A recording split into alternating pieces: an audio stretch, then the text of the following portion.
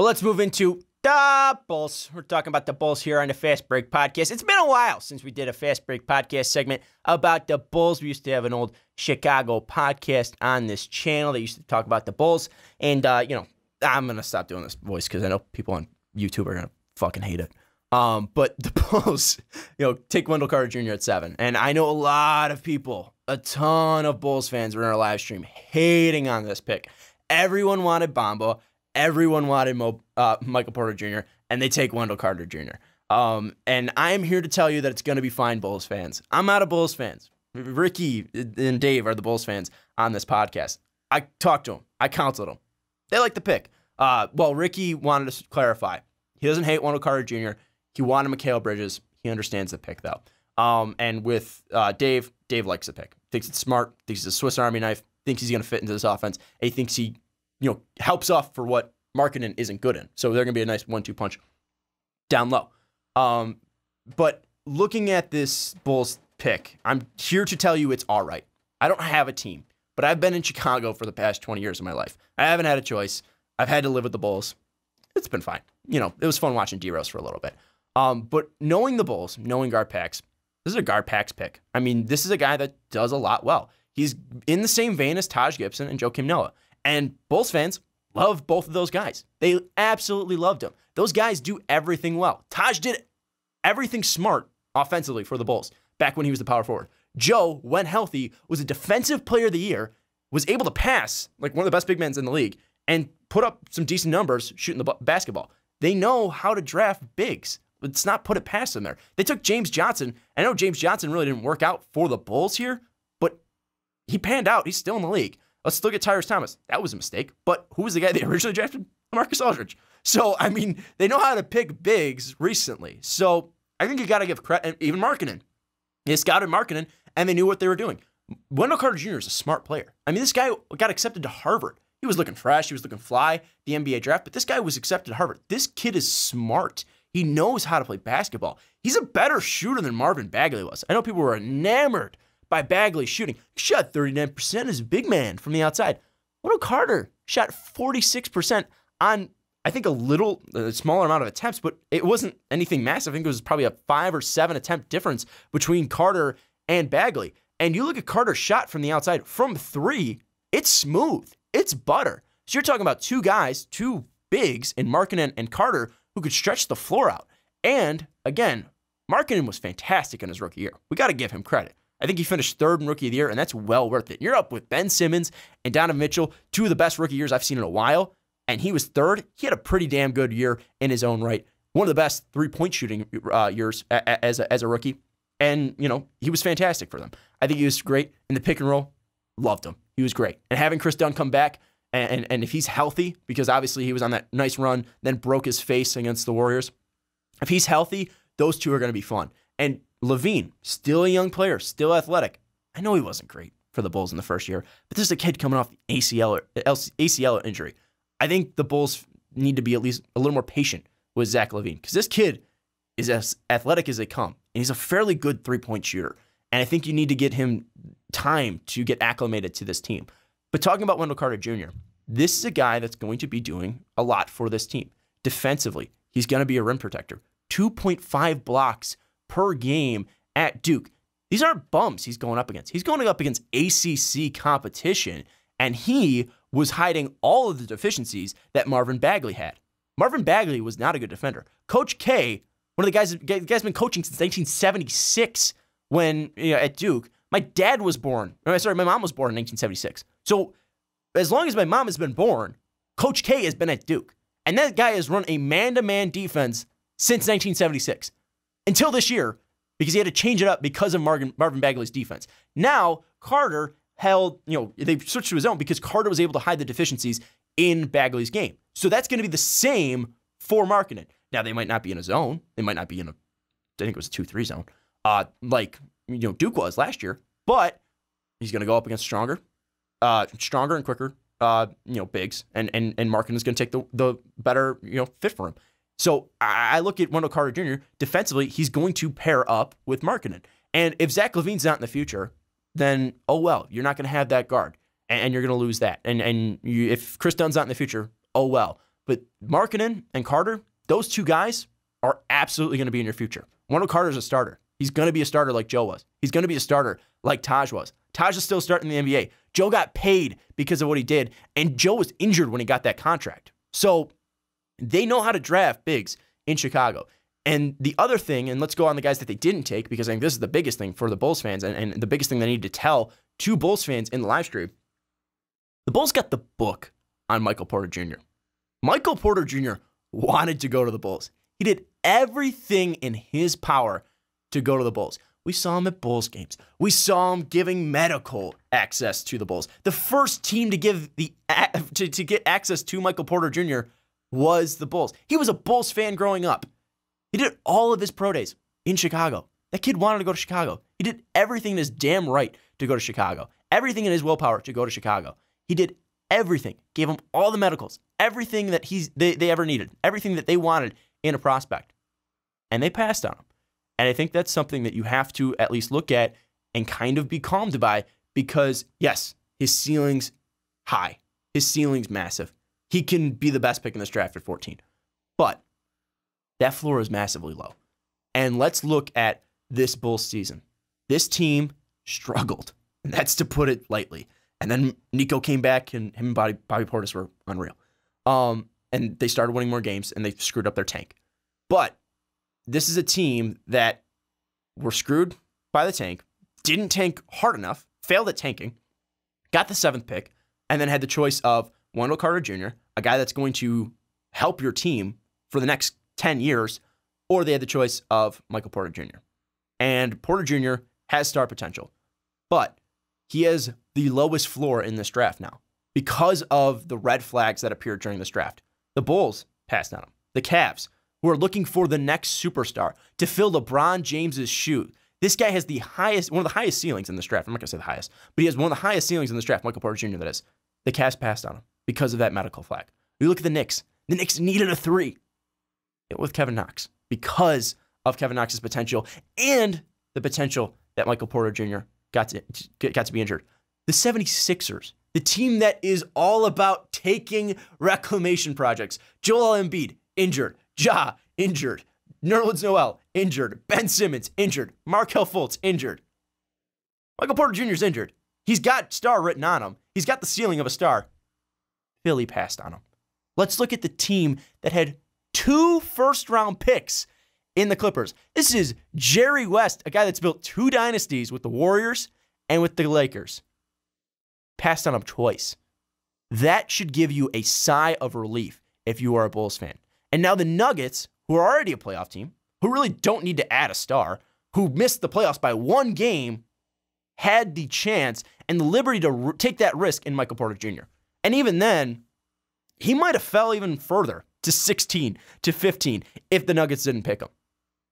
I would not be upset on passing about Michael Porter Jr. because Michael Porter Jr., we don't know what he's like. We haven't seen him play basketball since March. And when we saw him play basketball, he was at 75%, and he looked lost out there. This was not the same athlete we saw.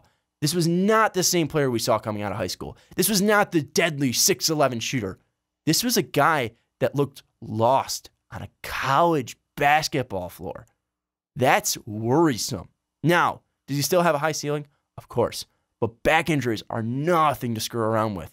Nothing at all. No matter all the surgery that you can get, you can screw your back up just by sitting down. He could be sleeping one night and just throw out his disc. I mean, how many guys do you know that have gotten back surgery to fix like slip disc, to fix, pinch nerves, all of that?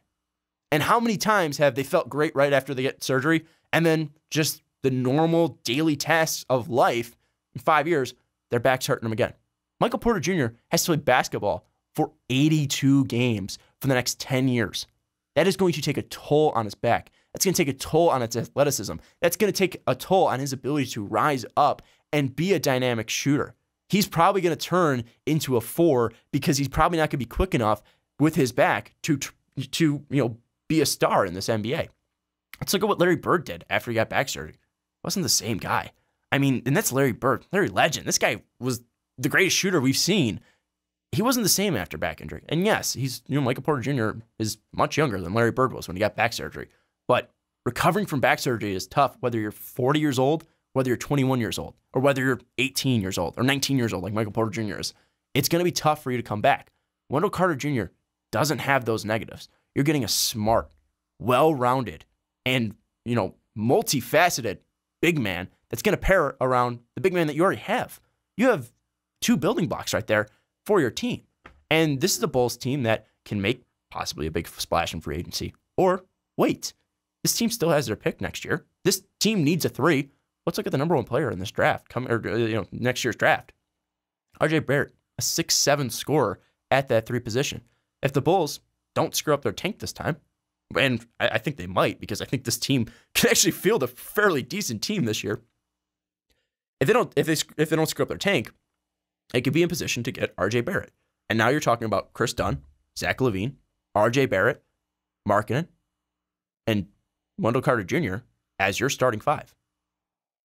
Be stupidly good and stupidly young. Be fantastic. And the Bulls finally have life again. They have a new energy to their team. And the UC is always popping, whether this team sucks or not. And you have a player in Wendell Carter Jr. that might not win fans over right away. But Taj Gibson didn't win the fans right over away. People, it took him at 18, I think it was. Took him at 18 back when he was drafted. And people were like, why are you taking this guy out of USC? I remember when they took him, and I was confused. Taj Gibson wasn't a guy that really wowed me. He came out and still contributed and had a great career in the NBA and still contributing with the Bulls.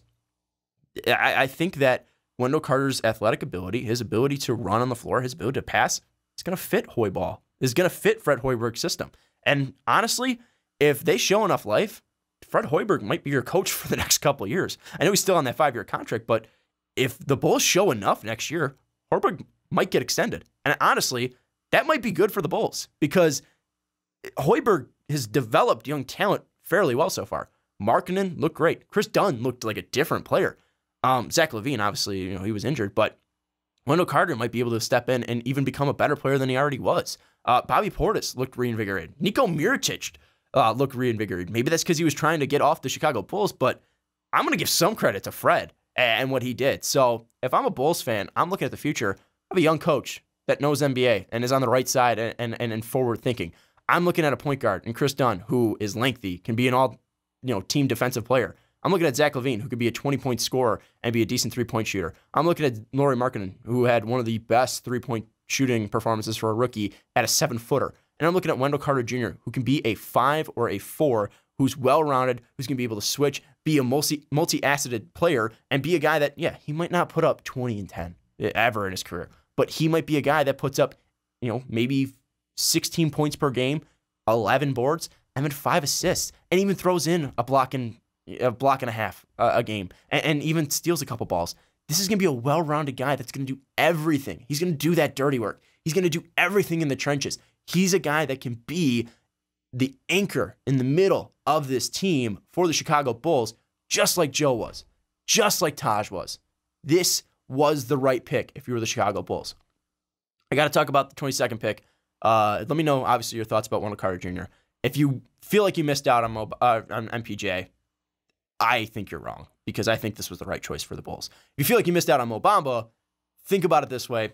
This Bulls team might not be good. And for the Mavericks to move up, for the Hawks to make that 3-5 switch, to get Mo Bamba, you'd probably have to make that same switch with Orlando and give up next year's pick for, and protect it and everything. But still, if you got Mo Bamba, that might push you outside and you might lose your first-round pick next year. So I think it wasn't worth it. I think Wendell Carter Jr., he might not have that ceiling that Mo Bamba has, but also he's already built out. He doesn't have to get into an NBA training program. He doesn't need to start lifting weights. Wendell Carter's filled out. He's got an NBA body, and he's going to be an NBA pro. The kid's smart, all right? So if you're still worried about the Wendell Carter pick and you wanted Mo Bamba, I can't change your mind. But if you wanted Michael Porter Jr., hopefully I won you over because I think Wendell Carter Jr. was the right pick for the Chicago Bulls. Now, I'll talk about 22. They got Chandler Hutchinson, 22, small forward out of Boise State. Some people listen to him as shooting guard. He's a small forward. Kid's 6'7". He's really lanky. He's an offensive slasher. He's a guy that has a developing shot. He's a scorer. I'm not a fan of him. I don't think he's going to bring a lot of defense to this team.